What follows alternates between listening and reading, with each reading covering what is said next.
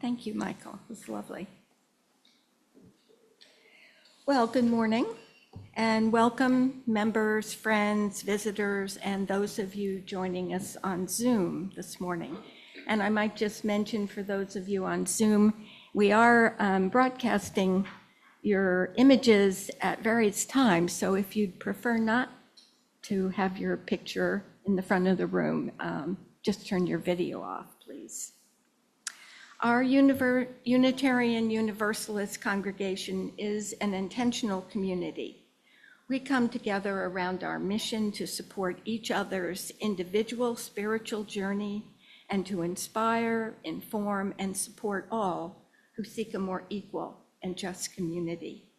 And I thank you for joining us here this morning. I'm Nancy Holland, your service leader this morning, working today with our longtime friend, Reverend Greg Shute. And we welcome you back, Greg. Also, Michael, thank you at the piano, David on tech in the back, Darlene, and all those who mentioned in your order of service who make this and every Sunday possible. We are truly grateful for you all. A couple of announcements. We only have 2 more Sundays left in our regular schedule.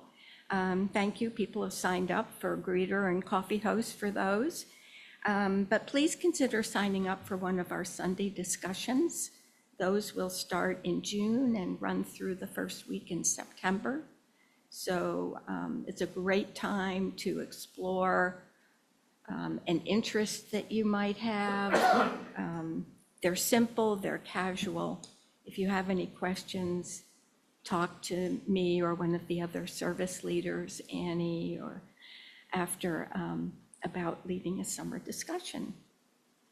And I don't see Philip. So our other major announcement today is about the James Taylor Justice Day marker dedication. The flyer has been in the lobby. Many of you will know that this church has supported the Sumner Hall, the bus trip that was taken several years ago, and the James Taylor, the man who was hanged in Chestertown in 1892. Today at 3 o'clock by the Episcopal Church, Emmanuel, they'll be placing a marker to acknowledge that atrocity. So please attend that if you can. And now we'll light the chalice. The words are in your order of service, so please, in unison. Please, may the light of this chalice give light and warmth to our community when we are joyful and when we despair, and may we feel the warmth spread from our circle to wider and wider circles until all know they belong to the one circle of life. And now please rise in body or spirit and join us in our first hymn, number 17, in your gray hymnal.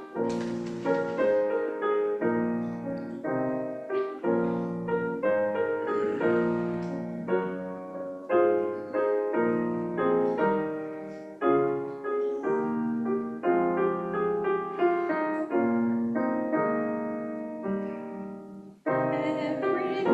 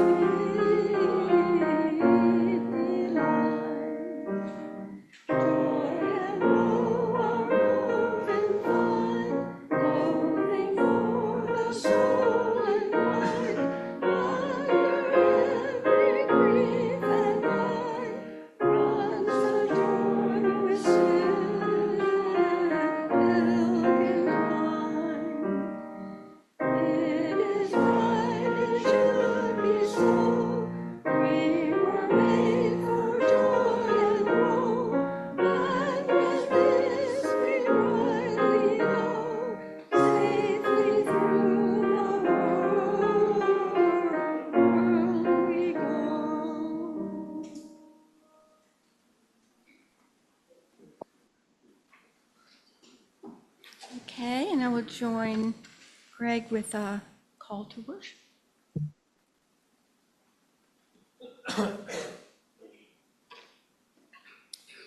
Good morning. Nice to see you all this morning.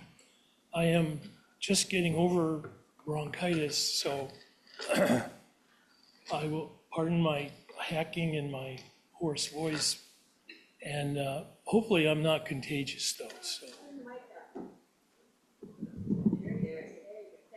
Oh, I feel so much better now. Thank you. I will try to speak louder. These opening words from Diane Ackerman. The great affair, the love affair with life, is to live as variously as possible, to groom one's curiosity like a high-spirited thoroughbred, to climb aboard and gallop over the thick, sun-struck hills every day. Where there is no risk, the emotional terrain is flat and unyielding. And despite all its dimensions, valleys, pinnacles, and detours, life will seem to have none of its magnificent geography, only length. It began in mystery, and it will end in mystery. But what a savage and beautiful country lies in between. So I invite us all to sit here this morning, take a moment to center ourselves and welcome this great adventure that begins and ends in mystery, but is full of all kinds of surprises, joys, and sorrows in between.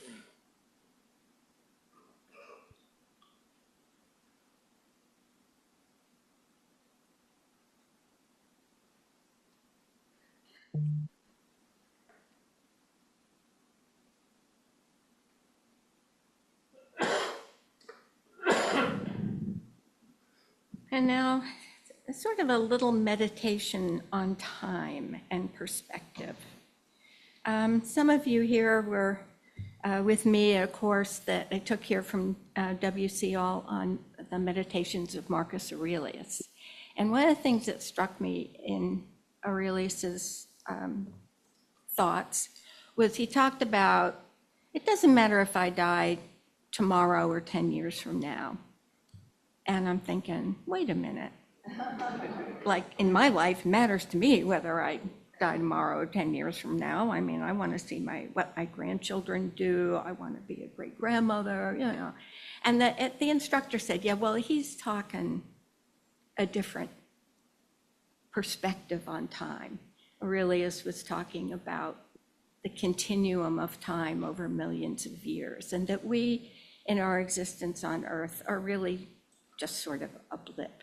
And our time here is certainly important to us, but we're a blip. And I came across this other reading from a young woman, Ms. Delgado, and she was talking about her difficulty balancing her problem using time and coming from a Hispanic family where time is more fluid. The family comes and goes. They arrive at your house when they arrive. And then time disappears in the togetherness of being with your family, as opposed to living in our world where it's clocks and alarm clocks and punch cards and time machines and your family planner and your calendar on your phone. And she found that dichotomy very difficult to deal with and made her feel that life was running through her fingers. And then she read an article written by a geophysicist, and it was called How Thinking Like a Geologist Can Help Save the World by a professor, Marcia Bjornrud. And that article explained how we measure Earth in geological terms, 10 billion years of existence. And I quote her, "We can clock the growth and destruction of mountains. Around 50 million years is plenty of time to build and demolish a mountain belt for continents to collide, faults to creep, and sometimes lurch, raindrops to sculpt mountains, peaks to crumble, mantle rock to flow. And how that might sound like a long time, but what we once believed to be eternal and unchanging, our Earth, about our planet is actually vital, dynamic, and constantly shifting around us. And that geologists argue and debate about when man's dominance on Earth became truly important.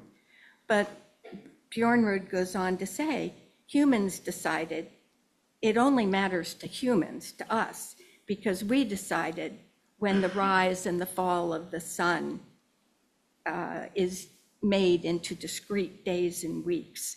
Western culture spends thousands of years constructing the ways of commodifying and trapping time. As I said, clocks, calendars, time cards, planners that have come to govern our global commerce. But what if obsessively keeping time matters less than we think when we consider the time scale of the cosmos? Perhaps holding time in a much larger perspective can ease the day-to-day anxieties of living. And Ms. Delgado goes on to say that she finds that concept comforting, that time is not fixed, that it warps, it stretches, it accordions, and that the tectonic plates on which we live are shifting 4 inches a year, and yet we are a blip in the time span of the universe. Now is the time when we can share our joys and concerns. Please come up if you have something to share, and I will light a candle for you. Well, I'll start. I have a joy that my daughter, Polly, who is sitting in the second row, and my other daughter, Sarah, who had to go home quickly yesterday, came to surprise me yesterday for my 80th birthday tomorrow.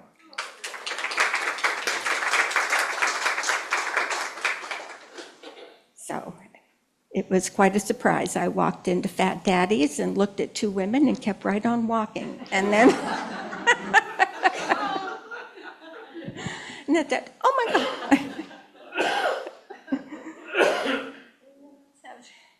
A joy or concern, you know, comes Diane.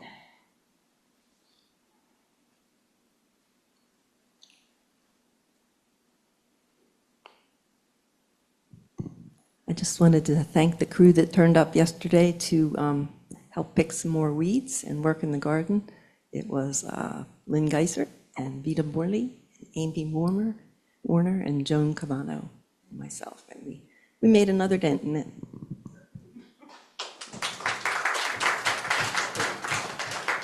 Yeah, it takes a village to keep this place going, so. Quiet group this morning?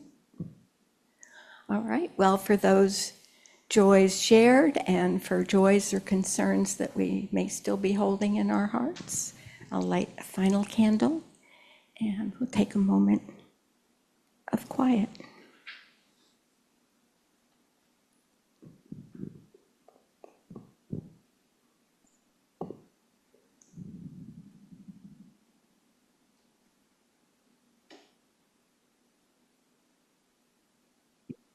Blessed be.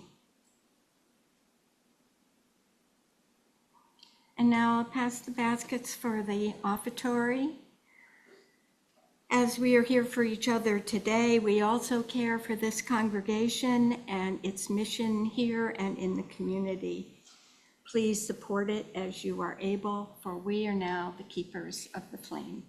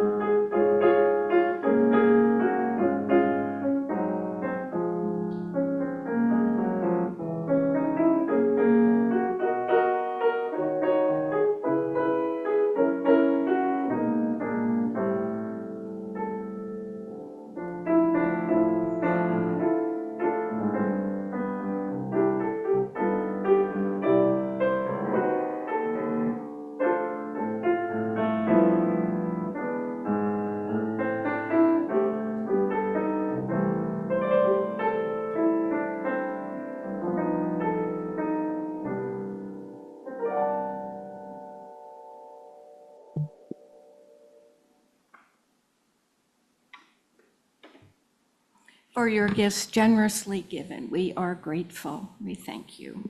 And now Greg will have a reading and his reflection for us this morning. I'm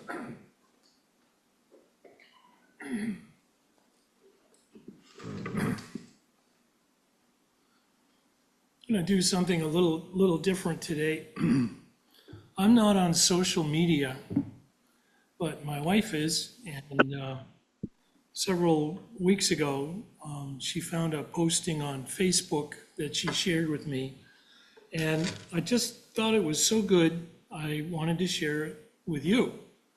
It's a little long, so bear with me, sit back, relax, just listen along. I think it's a wonderful story, and I hope I can get through it. My name's Dylan, and I'm 36. I'm the voice of over 200 children's audiobooks, and last week I found out I'm the closest thing to a parent that some kids have ever known. It's a decent gig. I record audiobooks for kids, picture books mostly, Goodnight Moon, The Very Hungry Caterpillar, chapter books for older kids. I work from a home studio, record 4 to 6 books a week, different voices for different characters. I make animals sound like fun and keep kids engaged. It pays the bills. Nothing glamorous. Most people don't know audiobook narrators even exist. I've been doing it for 12 years, recorded everything from board books to middle grade texts. My voice has probably been in thousands of homes. Millions of kids have heard me read them stories, but I'm anonymous. No author photos, no book tours, just a voice. Last month, I got an email through my agent from a social worker named Patricia. This is unusual, but I work with foster children. We use audiobooks extensively. Many of our kids can't read yet, or reading reminds them of school trauma. Your voice specifically has become important to them. Is there any way that you would be willing to meet some of our children? They don't know your name, but they call you the story guy. I almost deleted it. I don't do public appearances. I'm a voice, and that's it. But something made me respond. What do you mean my voice is important? She called me and explained, we have 40 kids in our facility, ages 3 to 16. Most come from severe abuse or neglect. Many have never been read to by a parent, and never had a bedtime story, and never had that routine comfort. Okay. We play audiobooks every night here, at bedtime, during quiet time, your voice specifically. They request you. We have kids who won't sleep without hearing the story man. Kids who've learned to read by following along with your audiobooks. Kids whose first positive adult male voice is yours. My throat tightened. One of our kids, Marcus, he's 8, came to us at age 5, severe neglect, didn't speak for 6 months. The first words he said to us were, "More stories, please," while pointing at the audiobook player. That was your recording of Where the Wild Things Are. She continued, another girl, Lily, she's 6 now, been with us since she was 3, calls your voice her dad's voice, even though she's never had a father figure.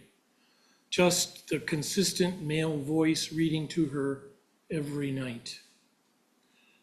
I don't know what to say.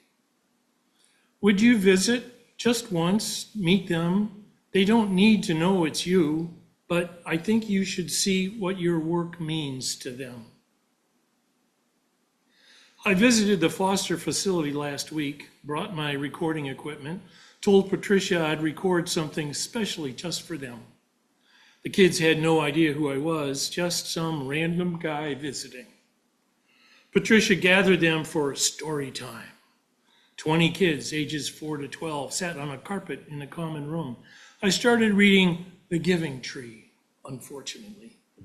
Live, my normal narration voice, and 3 sentences in, a little boy, Marcus, jumped up and said, "That's him, that's the story guy."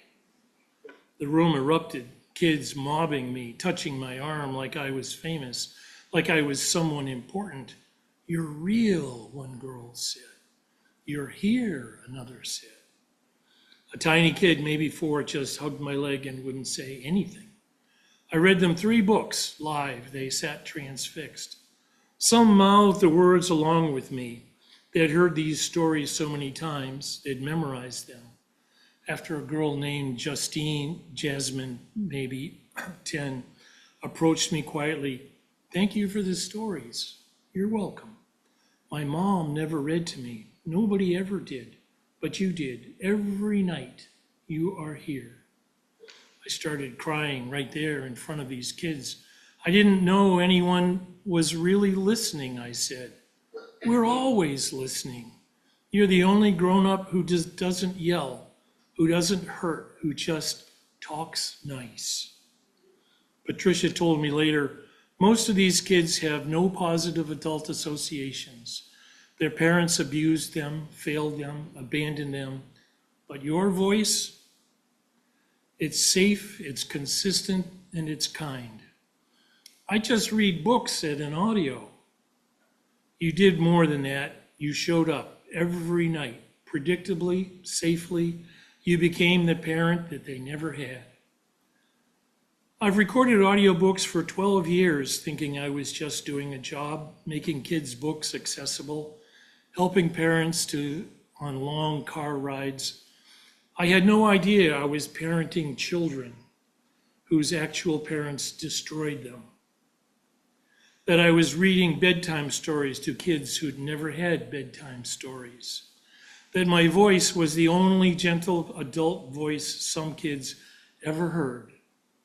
I'm still recording, same studio, same books, but now I record a little differently. I think about Marcus, about Lily, about Jasmine, about the 20 kids who called me the story guy. I record like I'm reading to them specifically, like they're in the room with me, like they need to hear that someone cares, because apparently they do, and apparently they are. Here's what I learned. Your work matters more than you know. The thing you do routinely, mechanically, for money, it might be saving someone. I really like that. I like it because I think it's so many of our lives, we just live them. We don't really pay close attention. We take for granted who we are, where we're going. I'm sorry, I've got to do this.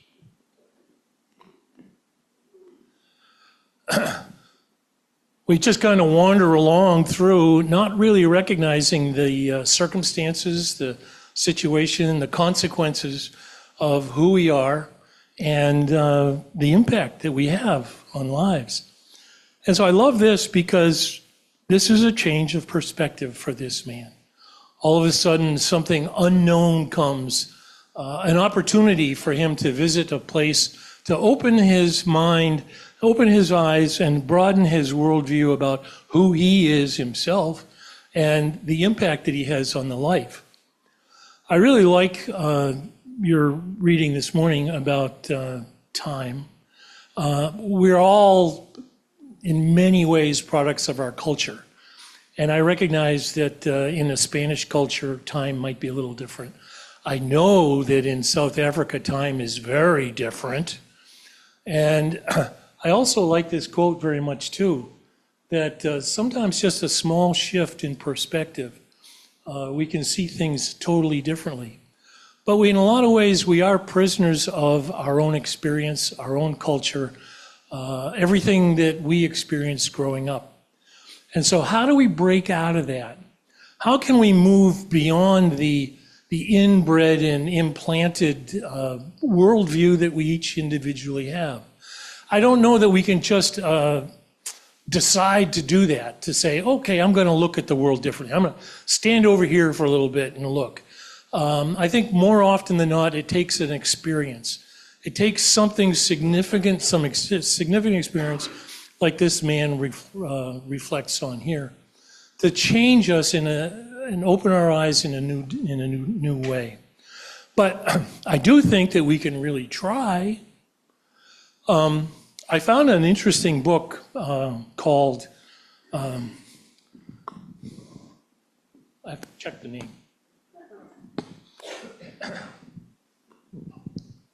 Found an interesting book.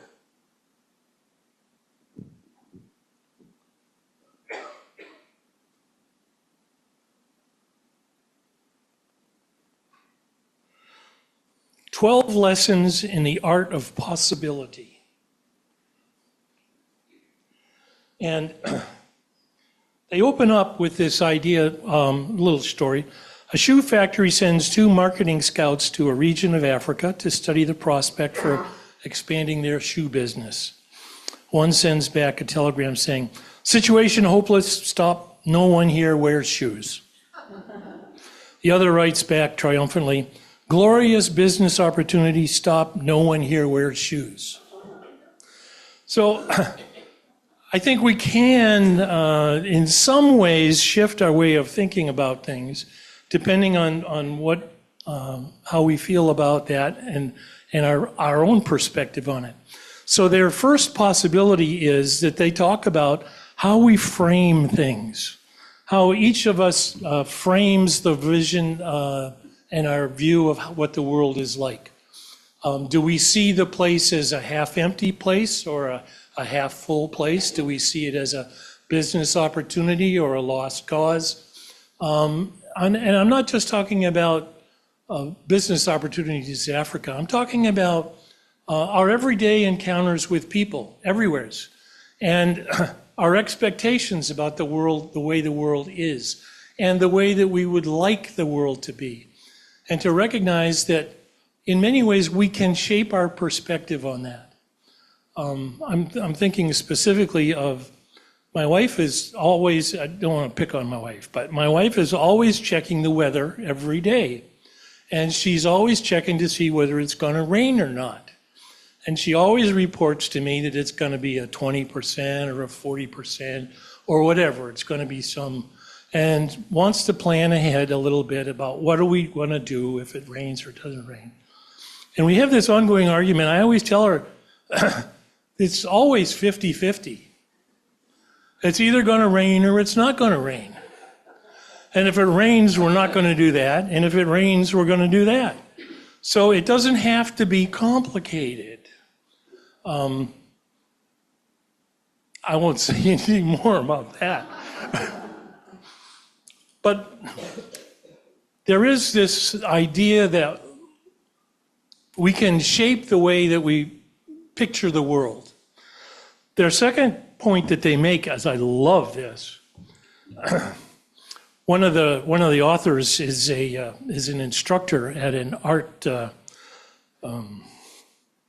school, and he taught for many years, and he realized that especially in art school, it's a very subjective kind of a thing, and it's hard to give grades, and so he was stuck for a long time, and then he finally decided that when his students come in, everybody gets an A.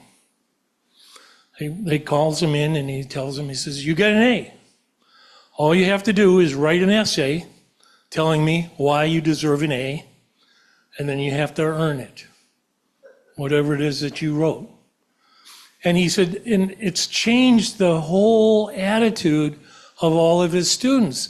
They don't come in there trying to work for an A.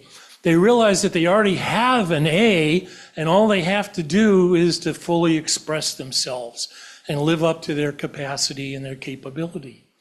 That's that sort of positive reinforcement kind of a thing that allows them, instead of being on that student grind, to express themselves and be creative. And he's found it very influential. And he goes on to say, you know, you can do that Next time you're in a diner and the waitress comes over, you can give her an A. Next time around you're on the phone with the DMV, you can give them, been there, huh? You can give them an A and then see if they can earn it. And then also, I've also discovered, and I think we've talked about this, is when we do experience somebody who has earned an A, to give them credit for it. We had a serviceman come to work on our air conditioning this week, and he kind of screwed up. And he had to come back and change a piece the next day. And he was very apologetic. And I told him, I said, yeah, but you were conscientious, you were communicative, it was great, it was really appreciated. I said, can I have your supervisor's name? And he was a little scared. And I said, well, you know, supervisors often only hear the negative stuff. They don't hear the positive stuff. So I want to let them know you did such a really good job. And he was like floored. I mean, that's not what our culture does. Our culture is more about complaints than it is about compliments. So that's the idea of giving an A, I think, is to go ahead and give compliments and give positive feedback. And think about, you know, we have a granddaughter now, she's 2.5. And it's amazing to watch her mental capacity weekly change. And I think her parents are just doing an outstanding job reinforcing the development of that mind. And as older adults, you know, we still have feelings and we still have minds developing, and we all could use a little compliment once in a while. And we know that we appreciate it, so why not share it with others? And they go on for 12, but that's because they wanted to make a book out of it. They only really have 3. The third one is to accept the world the way it is. I don't want to get political, I'm not going there, but I'm a little discouraged by doom scrollers who are unwilling and unable to understand that we're in trouble and it's real, and we can certainly complain about it, but it ain't going away for another couple of years. And that's a fact. And as long as we complain about it and whine about it, then all it does is make us feel badly about it. So what we can do is to change our perspective and realize that we're in this, we have to accept that we're in this, and we need to understand that that's the perspective that is my responsibility. I can't change it. I certainly can continue to complain about it, but I can't change it. So I need to accept the reality of the world the way it is right now. And that is liberating itself, that perspective too, to understand that, I can step to one side and look at something a little differently. And then that has consequences too. That can shape how I'm feeling and where I'm going today. So those are the things that I have to say about perspective. I think we all have perspectives. It's all so very, very, very subjective. And it's a challenge for us to each individually to sort of step back from that, admit that it is so subjective, and then take a look at it and see, okay, so what am I going to do about that? Comments?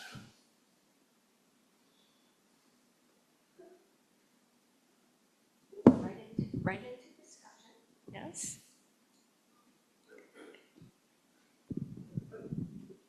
Well, hi. I'm reflecting on what you're talking about today and connecting it to a documentary that Rob and I watched last night on Netflix, and it's called Marty, Life is Short, and it's about Martin Short, and it's about his life.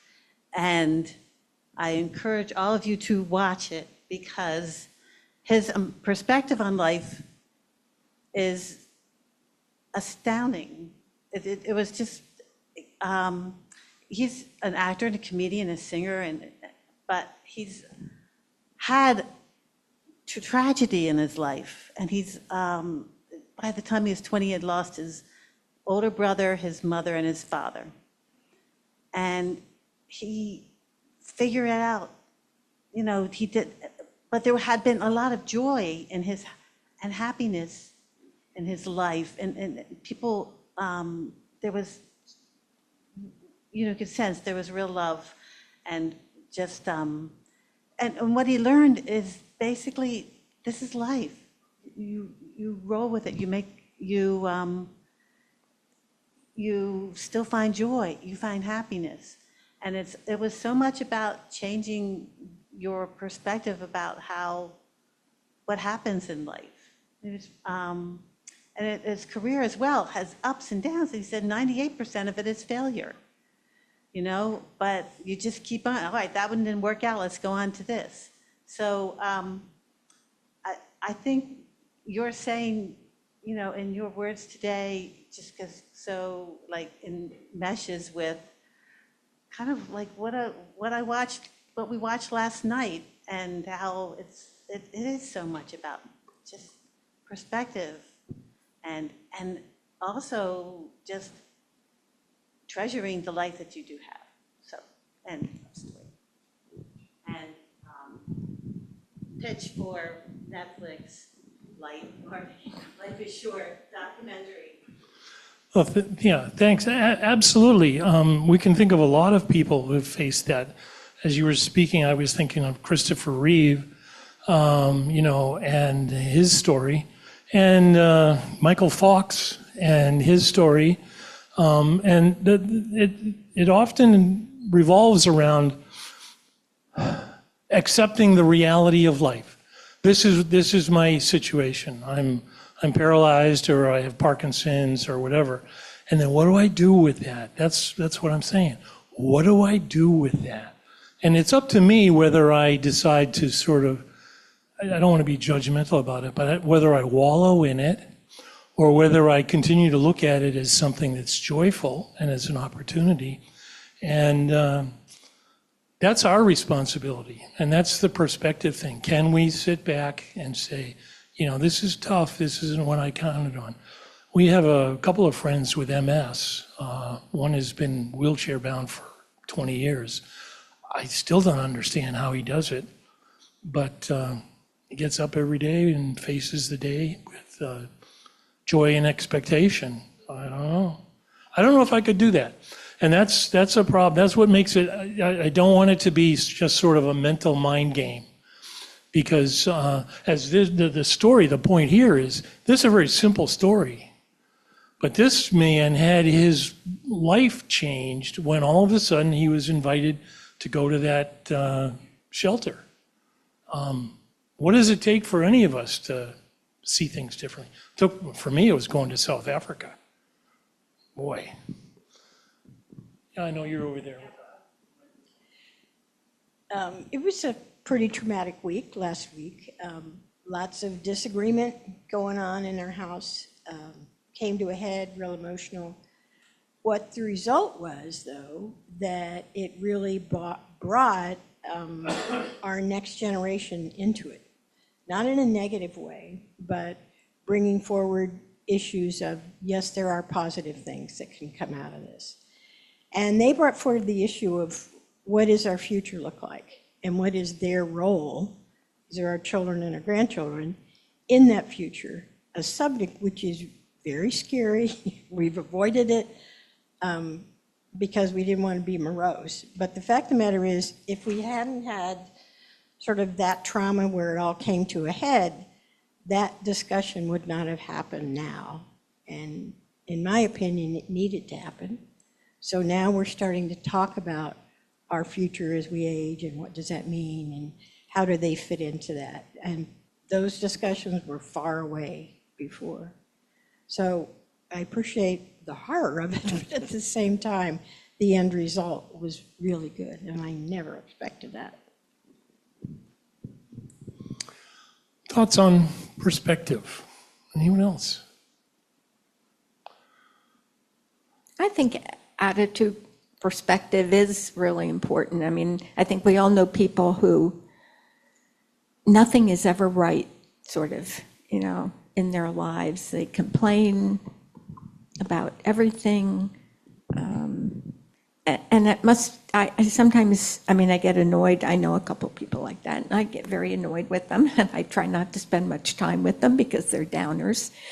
But I also think that must be a really sad way to live, and that they're missing so much.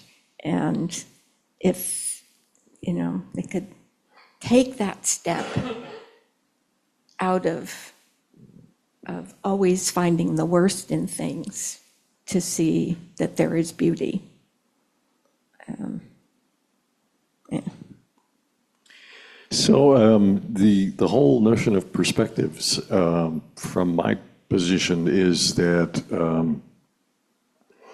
it summons the word judgments for me, which is kind of a stronger version of perspectives. But judgments come from our belief systems, which most of us have been handed since birth and groomed all through the aging stages. And there are expectations that come from that, from those perspectives, the rules of certain belief systems. And I'm not just talking about religion, but also science. Okay, science has figured everything out according to them. And there are consequences of that. And I think that we all have to kind of like take a giant step back and really question all of that again. And there are some discussions out there right now, for example, that are, for me, very comforting and exciting. One of them is just this whole new discussion of consciousness. And they're talking about it I belong to a small discussion group that's been meeting for years that came through the Unitarian Church where I came from. And consciousness approaches our reality as a completely different thing, that this physical body is just a suitcase, and that there's something more fundamental about consciousness, not just what the brain generates, but that it's everything. It's the ether that we all are inspired by. And it's right up there with energy, time, matter, and it has its personal consequences if you choose to spend time with it. So just be careful of those judgments that you were handed. Thanks. That's two things to pick up on that. The consciousness, that's part of the Eastern philosophy of Buddhism and Hinduism about consciousness raising and meditation. But thank you for introducing the word judgmental. I want to distinguish between perspective and judgmental, because we all have a perspective on things, and it can stop short of being judgmental. And the problem often is that people who have a different perspective than us, they not only have a different perspective, they're being judgmental about that perspective. And that plays out in a very, very different sort of a way. That plays out in superiority, in self-righteousness. And I think we need to be careful, all of us, that our perspective doesn't take us down that trip too. That we become judgmental and self-righteous in our perspectives, right? It's too tempting.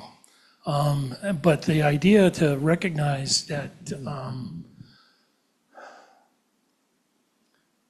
we are a product of our experiences and what shaped us. Thank you. Okay, I'll keep this short. I was raised up in a house full of the sciences, and I always found it so comforting to take the perspective of astronomical distances and geologic time, no matter what else is happening. Look out at this beautiful universe full of mystery that we don't know yet, and that's a place of calmness, a perspective that allows me to stop judging. I'll be really, really quick. We have had for the last 4 or 5 years that I have been at Heron Point, we have had a yearly visitation of a mother mallard, and she and her husband come and they check out our Serenity Garden. And when I first got there was quite a lot of concern because the people in wheelchairs would be moving out into the concrete area and they would be watching in the garden, watching the little baby ducks, of course. We got 13 this year. But everybody was concerned, the medical people were concerned, you know, they would get dog poop on their hands and other people would get sick and, oh my God, we can't have this. And we had one year when we had these fake owls all over the garden to keep the mother mallard from coming into the garden and having her babies. Well, this year, everybody was waiting to see what would happen. I was thinking, she's not gonna come. She's just gonna give up on us. And what has happened is we have 13 absolutely exquisite little baby ducks and a mother duck who is taking them around and saying, well, this is a door where the people are, don't go in there. Over here is where the water is, and they're going to feed you here. We have a team of people from Heron Point who are well and happy, and they are taking care of the ducks, giving them a place to swim. So it's a perspective, you know, we accommodated the medical stuff by making sure the ducks weren't in an area where the wheelchairs were. And these ducks are, you see people in wheelchairs lined up watching them all day long. So it's, you know, it's either a bad thing or a good thing, but these ducks are a godsend. Thanks. Thank you. My perspective, well, I'll tell you, 5 years ago, it was just like everybody else in this room. I could walk, dance, do whatever, jog.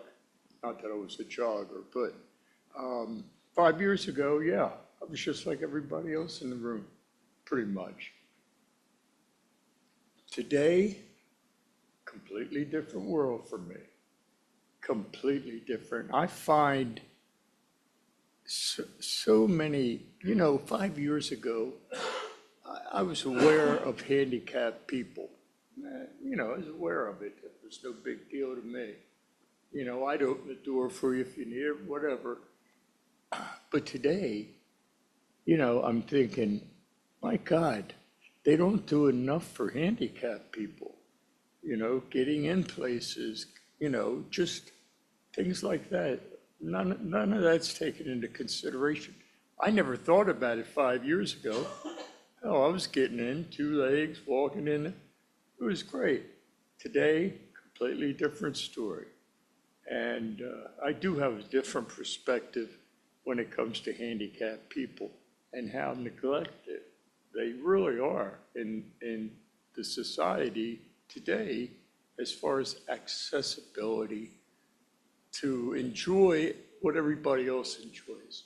A lot of things I can't enjoy. Well, thanks. That's a good place to end up. Sometimes the more physical and material things that we encounter are clearer indications about how we can change our mind.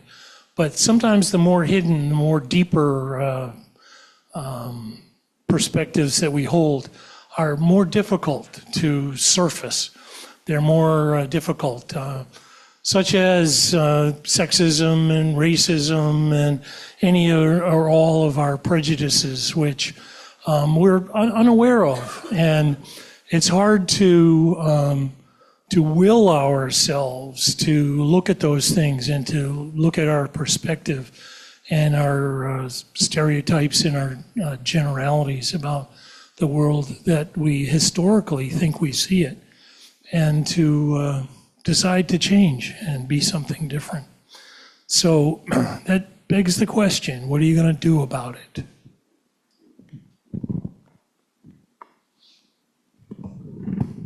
And with that, please rise if you're willing and able for our second hymn, number 143 in the gray hymnal, Not in Vain the Distance Beacons. Not one where I don't think particularly familiar with, but you will recognize the tune. So.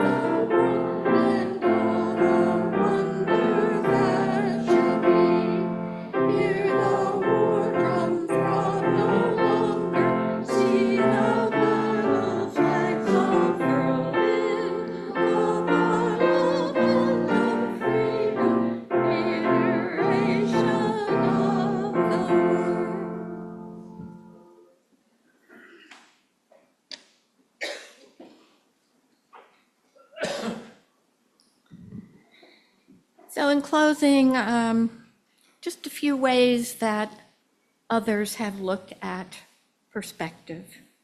I mentioned Marcus Aurelius before. He said, everything we hear is an opinion, not a fact. Everything we see is a perspective, not the truth. Henry David Thoreau, it's not what you look at that matters, it's what you see. And Wayne Dyer, when you change the way you look at things, the things you look at change. So think about those as you proceed into the week. Have a wonderful week. We will now extinguish the chalice. The chalice is extinguished, but its light lives on in the minds and hearts and souls of each one of us. Let us carry the flame with us and share it with those we know, those we love, and most especially with those we have yet to meet.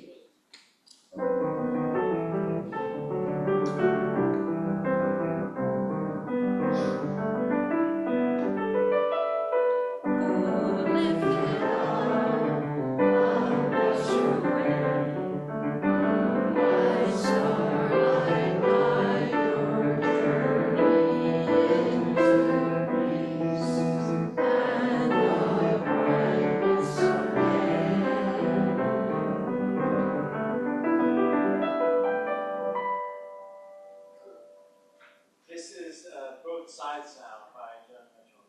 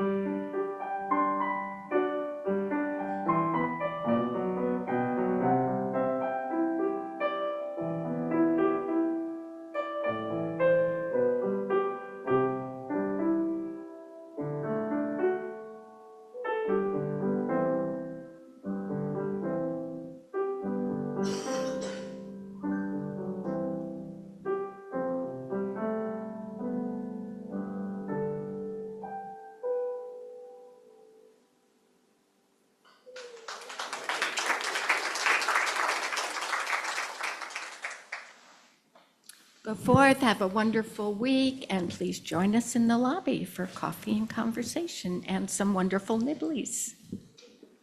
Thank you, Dawn.